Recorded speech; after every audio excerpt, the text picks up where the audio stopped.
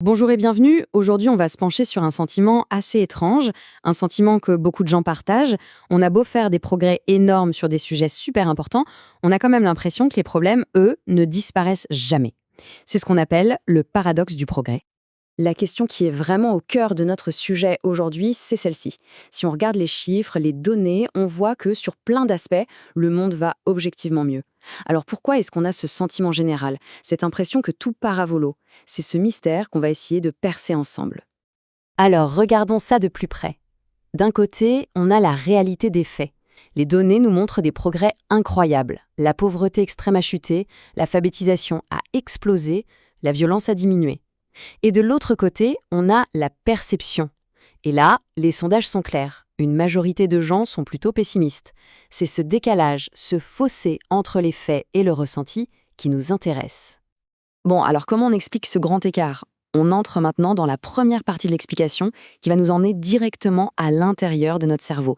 Parce qu'apparemment, il y a un mécanisme psychologique assez fondamental qui se met en place, une sorte de recalibrage automatique de notre perception.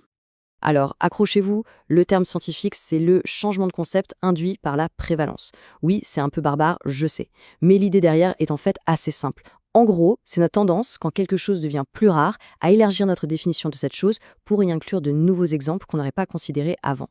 Pour le dire beaucoup plus simplement, quand un problème commence à disparaître, on pourrait croire que notre cerveau se dit « super, un problème en moins ». Mais non, pas du tout. Au lieu de ça, ils changent les règles du jeu. Ils se mettent à considérer des choses moins graves comme étant, elles aussi, le problème. Pour bien nous faire comprendre ce phénomène, les chercheurs ont mis au point une expérience vraiment brillante dans sa simplicité. C'est devenu le fameux test du point bleu. Allez, voyons voir comment ça marche. Imaginez la scène. On est assis devant un écran. Une série de 1000 points de couleur défile, un par un.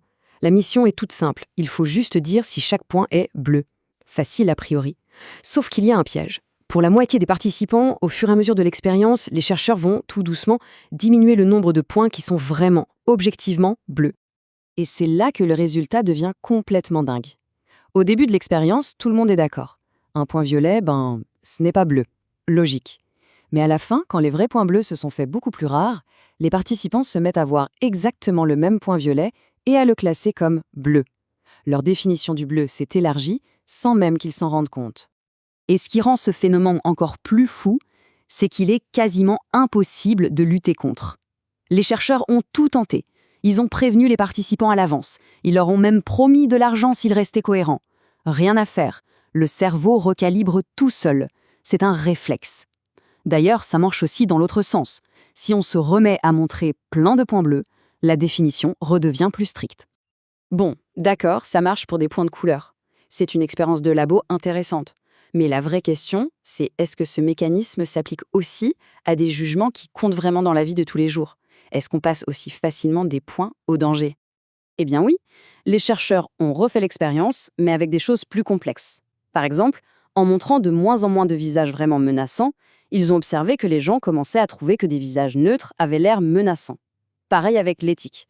Quand on rend les propositions de recherche clairement immorales plus rares, les gens se mettent à juger des propositions juste un peu ambiguës comme étant carrément immorales. Le mécanisme est exactement le même. Et voilà comment on boucle la boucle, on revient à notre paradoxe du début. Cette petite expérience de psychologie nous donne une clé de lecture super puissante pour comprendre pourquoi on a souvent l'impression que nos problèmes de société sont insolubles, qu'on n'avance jamais. Voilà ce qu'il faut retenir. Notre cerveau, au fond, est une formidable machine à chercher des problèmes. Quand on réussit à régler les plus gros, il ne se met pas en mode pause. Non, il ajuste sa loupe, il zoome, et ce qui n'était qu'un petit souci hier devient le gros problème d'aujourd'hui. C'est un mécanisme qui, paradoxalement, peut complètement nous masquer nos propres réussites. Et cette citation des chercheurs qui ont mené l'étude résume ça à la perfection. Le fait même de réussir à diminuer un problème peut nous donner l'impression qu'il y en a encore plus, tout simplement parce que notre définition du problème s'est adaptée pour remplir l'espace laissé vacant. Et tout ça, ça nous laisse avec une question assez vertigineuse.